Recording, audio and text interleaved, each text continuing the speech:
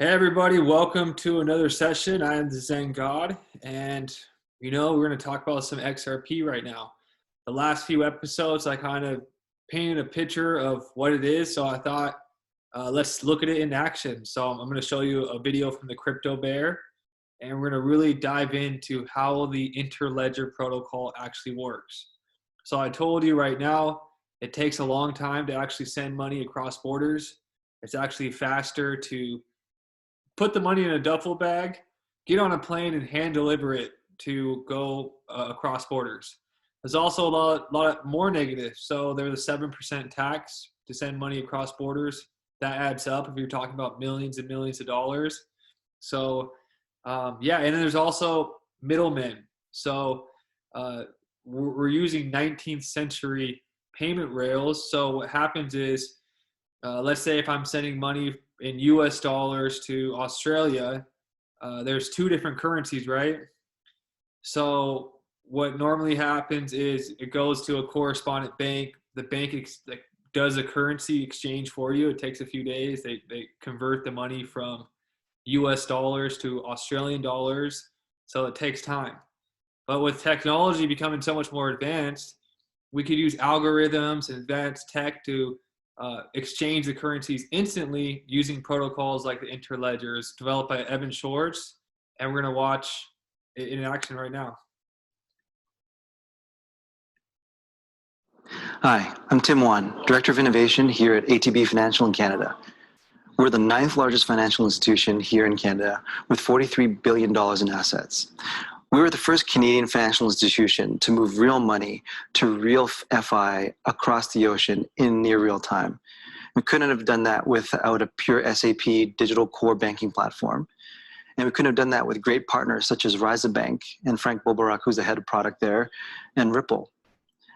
Where that transaction from us to that German bank, Ryza Bank, may have taken 2 to 6 business days in the past, it takes an average of 8 seconds.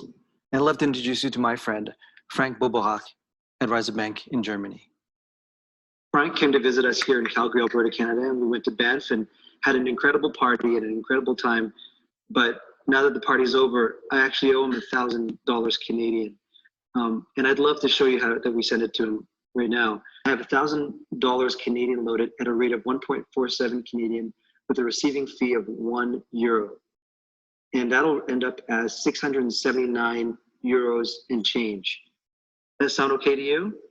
That sounds quite good. So I'd love to send that. And now the payment's executed. Let's take a look at what's happening on the Ripple Connect platform on Ryza Bank's administrative dashboard.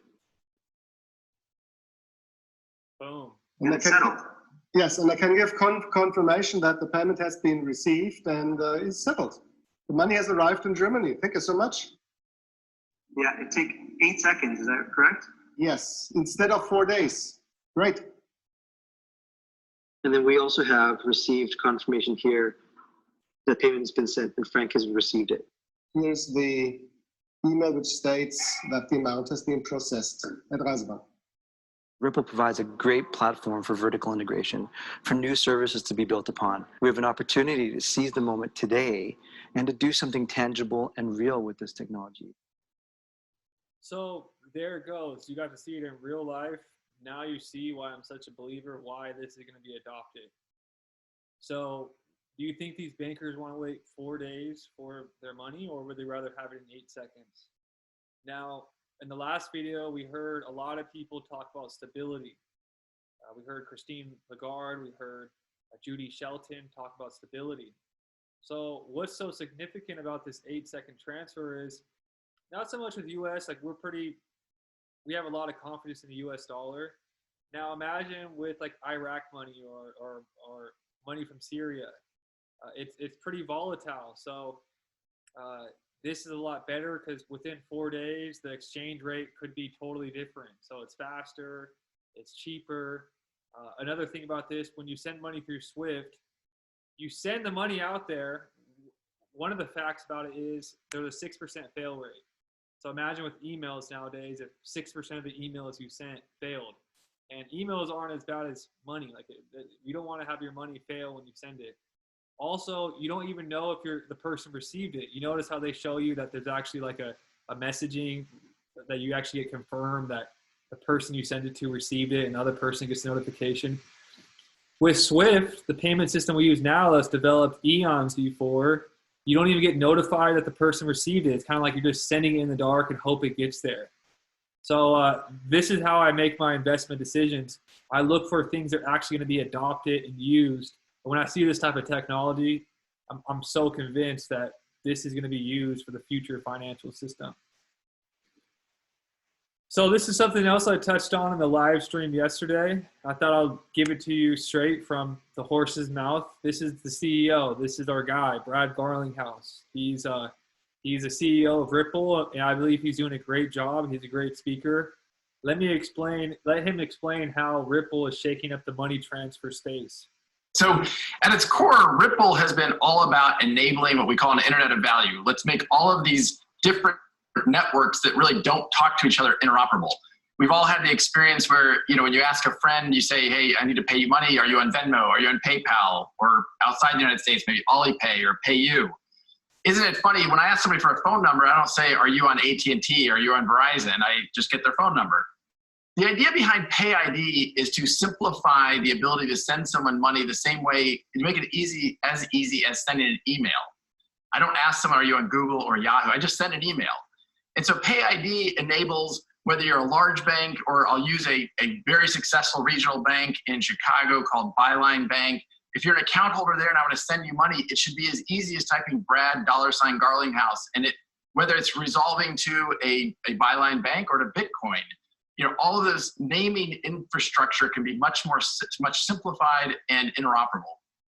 I want to try and understand more what and who this disrupts. So who do you see as the main user of this sort of technology? Is it consumer to consumer money transfer, or ultimately could it be a company paying another company for, I don't know, buying a unit of theirs, for instance, or inventory, or, how big could this be?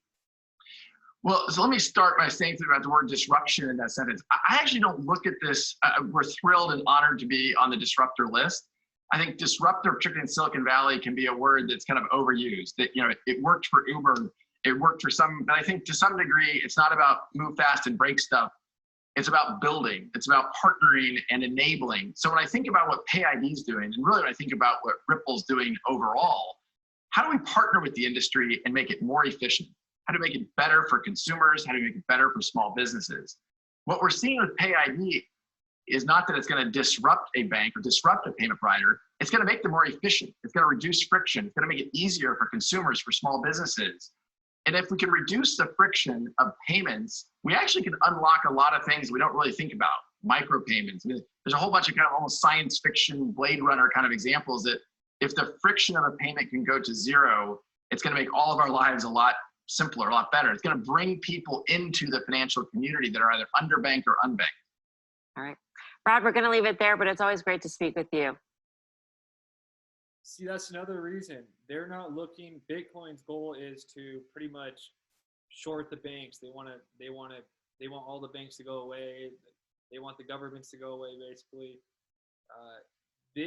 XRP is taking a whole different approach. They're looking to work with the system and make it better for everybody, make it cheaper, make everything smoother. And I think that was a great example with the Cash App and Venmo. We've all had that situation, and really they're going to connect everything so everything works together and everything works seamless.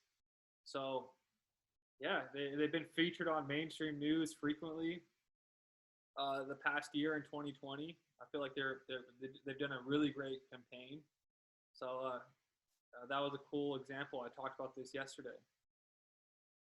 So we also talked about what if there's a new world reserve currency and XRP is like the underlying technology of that.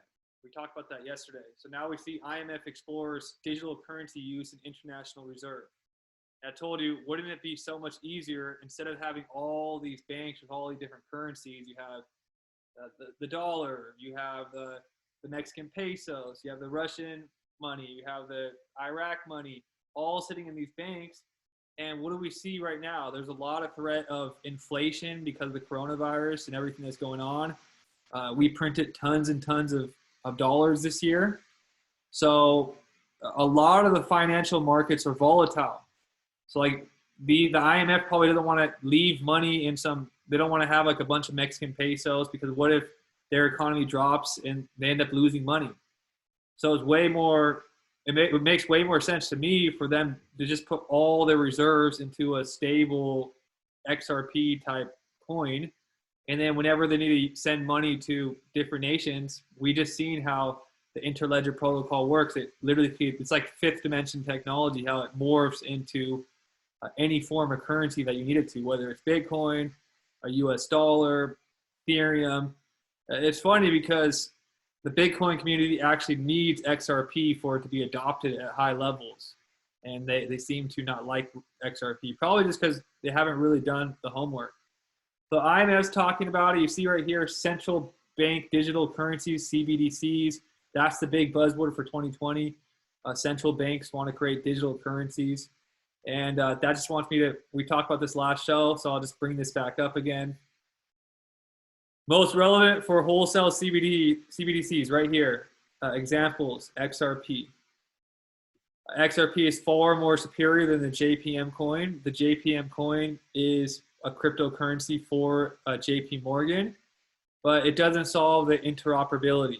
So it doesn't solve the interledger protocol that I was just showing you with XRP, how it can morph and how it interoperates, like how phones, how Apple, Verizon, T-Mobile, AT&T, they all work together. JPM coin doesn't do that. XRP does. That's why XRP is more relevant to me than JPM. Here's some more news I was looking at. The Bank of England, which is a Ripple partner, they've been openly talking about their relationship with Ripple. They're talking about exploring implications of connected global trading systems. What did I just show you guys? What Brad Garlinghouse's goal was, interconnecting the payments world so everything works good. I have so many posts like this, it's not even funny. So once you start researching XRP more and more and more, you start learning the buzzwords. You'll start noticing it everywhere. Like with Pakistan, instant payments. Instant payments is XRP, and we just seen that. Another keyword that's over here, financial stability. So we've been talking a lot about that the past few days, that XRP is going to create a level playing field that's more stable for everybody. It's the exchange rate peg, some people say. So I wanted to share this one too. This is a cool post from XRP King Len. So the more research you do like this on your own time, beyond just listening to me and other people, when you do your own due diligence, this is how you're going to act. I don't think people understand how much of a shake the lawsuit caused. You have to be really deeply involved and know what's really going on here to still be here. A lawsuit cannot shake real researchers. So if you look at the XRP rich list, all this FUD means fear, uncertainty, and doubt. I didn't know that when I was first getting in the field years back. Thought I'd share that. But it actually did work. So many people are selling their bags, especially a lot of people made the mistake. They bought it at 60 cents and they waited for it to drop to 17 cents and they sold. You guys don't want to buy high. You don't want to sell low. That's what bad investors do. That's what I did when I first got into the market. Sometimes the best learning is from pain. So if you were really researching, you would know that all this fear and uncertainty should just make you more bullish. You want to do the opposite of what the media is telling you. I've just seen some videos of Lindsay Lohan promoting that Bitcoin is going to 100K and Ethereum is going to 10K. When did anybody ever considered Lindsay Lohan a resource for financial advice? That's telling me that they're trying to draw as much money from the newbies and the mainstream sheep as possible right now because it's at the peak. So they're trying to suck up as much money as they can. Us real researchers, we ain't going away. I've said many times, if XRP goes down to 2 cents, I'm riding through the storm and I'll be on the other side. So all right now is happening. The more evidence we see from like Bank of England, all these, the World Economic Forum, Pakistan with instant payments, we're seeing it happen right now in real time. We're seeing everything all the blueprints come alive. While everything's coming alive, this is when they're bringing the most fear into us. So if you're really researching, the fear is to get us out of the market. There's only 100 billion coins. A lot of people say that's a lot. But when you're thinking about all the money in the world, we send $6 trillion through SWIFT daily. That covers all the XRP out there. There's not that much. This coin is not made for the everyday person. It's made for these major financial institutions. It's made for these banks. It's made for the high level people, not for the public. The public's coin is XLM, I believe. So they want you out. They want you to sell. There's only going to be a few people with a strong iron fist that hold through the whole process. And the more research you do, the more confidence you're going to have regardless of what happens, whether it goes up, whether it goes down. And you also need to do research because let's say XRP hits $5. You're buying it now at 20 cents. That's a massive, massive return. But to me, $5, I'm not in this market to get to a $5 XRP. I'm looking for way more. So the more research you have, the more confidence you'll have to hold through everything and get to the end goal of like 100,000 or even higher. The joke 589. Like you have to have enough research so that you could hold it through everything. Because a lot of people are going to get greedy once it hits $1, $5, $10. They're going to want to sell, which is going to just keep lowering the public, the people like me and you's bag. So yeah. Another good source for information is the official Ripple page. They've been posting a lot of cool stuff. I usually check out their stuff all the time. So you could see all the people they're hiring. They're constantly hiring, even through this lawsuit. They're hiring central bank managers. They're hiring payments marketplace, open new corridor between Europe and Mexico. There's constantly stuff. They're constantly hiring. It's the fourth largest fintech company in the world. It's worth billions of dollars. I don't believe a company worth billions of dollars is going anywhere. So here it is. Remember how we said the CBDCs in this article right here? It's most relevant. So Ripple speaks on it all the time. Interoperability. That's what we talk about, making everything connect. Making PayPal work with Cash App. That's what interoperability means. So you got to learn the language because you'll hear him say it. A neutral bridge. A bridge is the bridge. You got US dollar, you got pesos, and you got the XRP. So it goes through the bridge. XRP's protocol interledger converts it to pesos for you within 8 seconds. We just seen it happen in real time a few minutes ago. So the Ripple page, this is a great source for information. Brad Garlinghouse too. That he's saying right here, he's fighting back against the SEC. They have 21 lawyers. So everybody's trying to scare you about this lawsuit. This is a $10 billion company. They could afford the most powerful lawyers in the entire planet. And they didn't just recruit any lawyer. They got the former SEC chairman as a lawyer. You think she knows how to handle the SEC? I'm sure she does. I'm completely confident. The SEC has 3 lawyers. So for every one lawyer that SEC has, XRP and Ripple are different. XRP is not owned by anybody, but Ripple has 7 lawyers for every one SEC. I'm sure they're more powerful and more equipped. Here's something else we talked about the other day. Environmentally conscious payments. Sustainability in fintech and our commitment at being carbon net zero by 2030. So that's the whole agenda, 2030 agenda, by reducing electricity. We know Bitcoin uses tons and tons of electricity, as much as some countries, and it's not even at its peak as far as use. And that's possibly one of the areas that Bitcoin will get regulated on, the minings. So they could regulate mines, and because they use too much electricity and we see blackouts happening, the narrative's perfect to criticize Bitcoin on the mining. So Brian Brooks, this is another one of my guys that I like to listen to. He was the comptroller of the currency. I just learned something new. The comptroller of the currency was that whole office was developed by Abraham Lincoln. So he wanted to create a center that's control their currency. And Brian Brooks, he's appointed by Donald Trump. So Donald Trump appointed Brian Brooks, and he's been working hard, and he's a big cryptocurrency guy. He used to work with Coinbase, very intelligent. You know that Brad Garlinghouse all the time uses the metaphor about putting money in a suitcase and flying to Australia.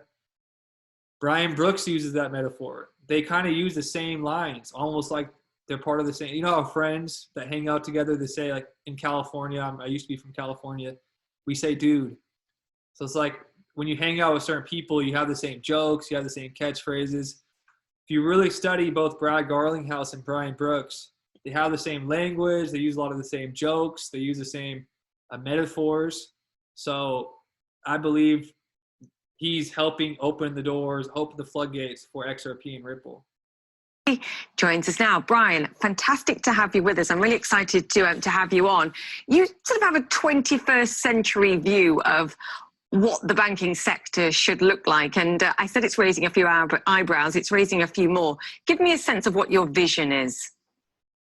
Well, Julia, thanks so much for having me. And these are really important questions to ask in a time like this. You know, this is a time when Americans are depending on their banking system more than they ever have before. When we made a decision collectively in this country to shut down the economy very broadly back in March, we depended on the banks to deliver benefit payments in the form of paycheck protection program loans and checks sent from the Treasury Department. And the problem is we were sending those across 19th century banking rails. Many people said that it took days or sometimes weeks to receive their payments. And my vision is that we need to get to a place in this country where payments can be transmitted virtually instantaneously, where errors can be eliminated. And it turns out technology exists today that can help us do that. So we need to get there, I think, sooner rather than later. You've talked about a new payments charter. What does that mean? And what is the technology that we have today that exists that circumvents, to your point, the 19th century rails that the train has been running on so far? Well, it's really interesting, Julia. If you look at the payments business over the last 30 years, there was a time when all payments happened through the banking system. And in the last 10 or 15 years, with the rise of fintech, largely dominated by a bunch of Silicon Valley firms, it turns out that technologies exist, whether they're based on blockchain or other kinds of networks, that allow payments to go much faster. And as a result of that, what's happened in this country is that millions and millions of daily payments no longer are principally processed by banks. They're run by companies like PayPal and. So remember I told you he's kind of going into, he didn't bring it up yet, but Facebook started to want to develop the cryptocurrency. So the central bank started to notice all these Silicon Valley, all these financial tech companies, Cash App, Jack Dorsey, trying to get people to store money on his platform. Pretty much all these corporations were creating better and more useful technology. What I say, money's going to flow where it's easiest to go, just like water. So the banks started to freak out once they heard Facebook getting involved. Facebook's a really powerful entity, and they could really disrupt things. This is when Brian Brooks got put into place, and all the banks were like, hey, let's modernize payments because we don't want to lose our power to these Silicon Valley companies. And fuck Silicon Valley, to be honest. Look at what they're doing. They're censoring it. If they're going to censor the president, they could censor you. They control the currency. They could just turn your fucking wallet off. So I really believe that we're good. These are really good moves, because if Silicon Valley took over payments, man, a lot of us would end up pretty much having our wallets cut off if we said the wrong thing. Let's keep going. Stripe and Square.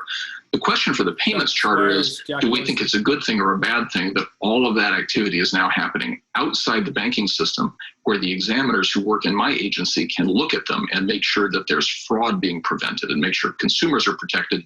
Or do we think it would be better for them to run entirely outside of regulation? I think the best solution, which you see in other parts of the world, including the UK today, is to have faster payments that are innovated by private companies but are supervised by federal watchdogs like. Okay, so he just said innovated by private companies, and he mentioned the UK. UK already has regulatory clarity with XRP. They approved it. They consider it a currency. They're going to use it as an exchange token for the Forex market. So he mentioned private innovators. So a lot of people say, well, why would they use Ripple? Why would they use XRP? They'll just make their own. If you actually study, you'll see all these guys say, hey, we're going to adopt from private companies. Ripple is a private company. They're going to team up with Ripple because they're too late in the game. It'll take years and years and years of testing, of work. Ripple's already done all the testing. They've already done all the work. So why would they? It's the greatest digital asset ever made. If it already exists and Ripple's willing to partner with them and work with them, like why would they need to create their own? They're just they team up with Ripple. So that's a key word when they say private innovators. That means they're referring to a company outside of government. Like us. That I think is what the future looks like. I mean, the pushback that you're getting here is from existing banks, whether at the state level or those that are federally regulated. I mean, they have existing businesses, I guess, to protect. The problem is they don't best serve the customer. Well, that's the thing, Julia. And if you look at what the reason is why so much payments activity has moved outside of the banking system, part of it is because consumers want to receive their services in a different way.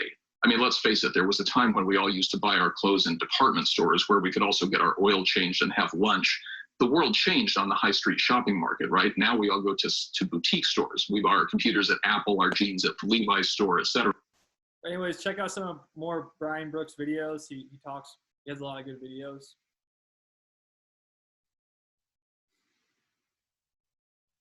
So I thought this clip was good. Chris Larson, he bashes China a lot in this. I have to say, one of the things that got me interested in this in the first place was this whole idea of rebuilding the financial system. Mm-hmm. Trying to come up with something more egalitarian, something that was more accessible to people. And I have to be honest, I think one of my disappointments, and I don't know if this is just a perception thing, honestly, one of my disappointments is that I don't think it's gone as far as I expected it would. And to be honest, I don't even know if it's fair to say what I expected in 2013. But what do you think is the state of digital money right now we're more than 10 years since Bitcoin was introduced. Do you think it's lived up to its potential? Do you think it's fallen short a little bit? Has it just been harder to create a new kind of money than anybody anticipated? These are great points, right? And I agree with you. The global financial system we have today is antiquated, right? It's SWIFT correspondent banking. That's how you move value cross-border. That's built in the 70s. Its days are numbered. It has to be replaced. So that was one of the things when Bitcoin came along was, okay, is that the thing? And again, is that the internet of value? And I think a couple of things, Bitcoin has its own idiosyncrasies that make that sort of difficult. One was, I think, the early boosters of it were true libertarians who believed you could go around the existing financial infrastructure. I think that was a mistake because it's the incumbents already have billions of people. It's too expensive. There's lack of access. There's too many errors. It's too slow. Yet, a lot of what they built works really fine. They just got to fix a couple of things. So it would have been better if the Bitcoin early people, I think, would have worked within the system. Bitcoin also has some other issues. It's a probabilistic settlement, right? Because miners can undo things theoretically, and it uses a lot of energy. But so I think also you're right. It's disappointing that Bitcoin kind of went into, hey, we're about store. Remember all that payment stuff we talked about? Well, we're about store value, right? Yeah, and that's kind of largely wealthy people, right? I mean, it's kind of cool and it's kind of digital gold, and I think that's a great use case for it. But it isn't the promise of billions of people coming online. You've got to work within the system to change the system. That's sort of the path that we've taken. And you also, by the way, they have to have a very efficient, not all of these digital assets are the same. Bitcoin uses a lot of energy that's costly. Someone's got to pay for that. It also is prone to be controlled, and frankly, it's controlled by miners in China. You have to say that it has undue influence by Chinese miners and therefore the government. We think things like XRP are going to be more neutral. They're going to be faster, cheaper, just because of the way it works, and that's what we've embraced, obviously. But you are really seeing some fascinating things. Ethereum protocol is seeing really interesting things. Decentralized finance. Who knows where that goes? But it's really interesting. Web monetization, that's taking off. And kind of that's the true idea of the internet. How do I exchange bits of information for bits of value? So I do see the promise stronger than ever, but you're right. Some of the early, hey, this is going to change everything in 2 years. No, that didn't happen. Things take time. Yeah. So what has to happen from, we're in June 2020, what has to happen over the next 2 years, 5 years, 10 years, whatever? I mean, what changes do you see taking place? Is it just going to be a natural evolution? Is there something, are you going to need an entity like the Federal Reserve stepping in? And we can talk about the Fed a little later, but what do you think is going to happen over the next several years? And more than what you think, what do you think needs to happen? Well, I think we need to work within the system, clearly. We do need to work with governments. Again, a big mistake early on was, we're just going to go around central banks. I mean, it's just nonsense, right? So we've got to get the central banks involved. Frankly, they are, though. I mean, there's an incredible amount of engagement going on, whether it's in the UK or in Japan, Singapore, the Fed here in the US, certainly, Brazil. I mean, all around the world. India now is loosening up. You see major changes there. So it is happening, but those things take time, right? And technology works on kind of one quick cycle that's very different from how governments and regulation work. So they're kind of a natural mismatch, but we've got to get those three things: tech, capital markets, and regulatory authorities working together. That's difficult, harder than the internet, in fact. So I think a lot of it is staying with it, working within the incumbents, but not keeping our eyes off the prize of access to all. One of the cool things that's happening with these new networks that involve blockchain, it's allowing digital wallets for the first time to really get on board. And they have a really hard time getting involved with SWIFT and correspondent banking, which blocks, you look at something like Bcash in Bangladesh, 35 million users growing incredibly fast. These are individuals that don't have bank accounts. So those wallets are the bank accounts, right? And I think in the US, we need to look at it in a similar way. Millions and millions of people, there's a hearing just, on the June 11th about this, who don't have access to bank accounts. Could a central bank digital dollar help that? I think it's possible it could. Obviously, China now has moved very strongly into building out a central bank digital currency, a renminbi, as well as controlling mining and basically having almost all their payments digital domestically. Frankly, we can talk about it as well. We're way behind China when it comes to blockchain technology. So, the companies need to just stay at it, blocking and tackling, working within the system, that vision of free money moving around, essentially for free. That's what the internet basically is, for information. But the US government also needs to get a lot more involved in blockchain. We're slow to the game. China is so far ahead of us. They just announced they're going to spend $1.4 trillion on technology. Payments and blockchain, clearly part of that strategy. You could even argue the move to control Hong Kong more closely gives them an advantage in controlling two of the global financial centers. US only has one, right? So the US has got to change its view that goes from 17 and 18, which was all about these horrible ICOs, initial coin offerings, which were terrible, had to be shut down. They effectively shut them down. We won that war. Now we got to switch to, okay, how do we compete with China? How do we keep up? And, till now, frankly, US regulators have actually helped China by officially giving clarity to the two protocols effectively controlled by Chinese miners, Bitcoin and Ethereum. That's a mistake. We've got to also give clarity at least, and maybe even support, if this really becomes a tech cold war, like it's looking like it will be, to technologies that are more favorable to US and its allies' stewardship of the next gen global financial system. Otherwise, we face a potential catastrophe. I don't know what the odds are, but there's some meaningful probability if China was to get control over the next gen financial system. I mean, that could really be devastating to American power and its allies' ability to make payments to defense payments to an ally, American banks that might be blocked or throttled back on how fast their payments go. You know, you could even see some terrible situation where a U.S. company that has a low Chinese social credit score could be blocked from that new infrastructure. You know, those are bad outcomes. Even if there's a small percentage chance that happens, we've got to check that to make sure that we're involved and we're competitive as a country. Yeah. So he literally said that the regulators have helped China, and we see right now that a lot of our government's been infiltrated by Chinese influence. So it makes perfect sense to me. The difference is, if you guys don't know, Ripple is the United States technology. I believe we're letting China believe they're winning this cold tech war. We already have way better technology. We have way more efficient, but we're kind of playing dumb on purpose. But we're holding it behind us to kind of let China get arrogant. Because if you look right here, I'm going to do a Google search real quick.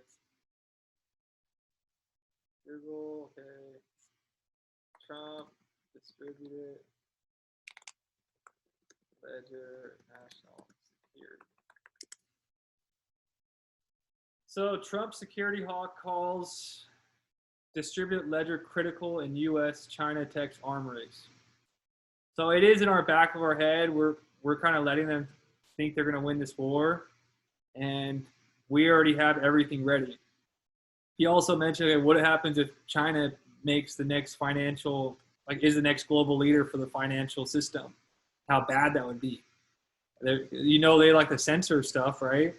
They can just censor your money. Like he's saying, if you had a bad credit score, they'll just censor you from the market. We don't want China to control the financial market. We can't trust them. Sorry. I'm just being blunt. So we see right here, Ripple is building next generation financial infrastructure with blockchain technology. The United States. So the United States is working to build a next generation financial infrastructure. It's all there. Listen to their language. All these people use the same keywords, and you'll level playing field. Next generation financial infrastructure. Chris Larson just said it. He just said it. So yeah, this is some of the deep diving that I'm doing. It's been fun. If you guys like this content, come back more often. I'm going to keep posting more and more videos.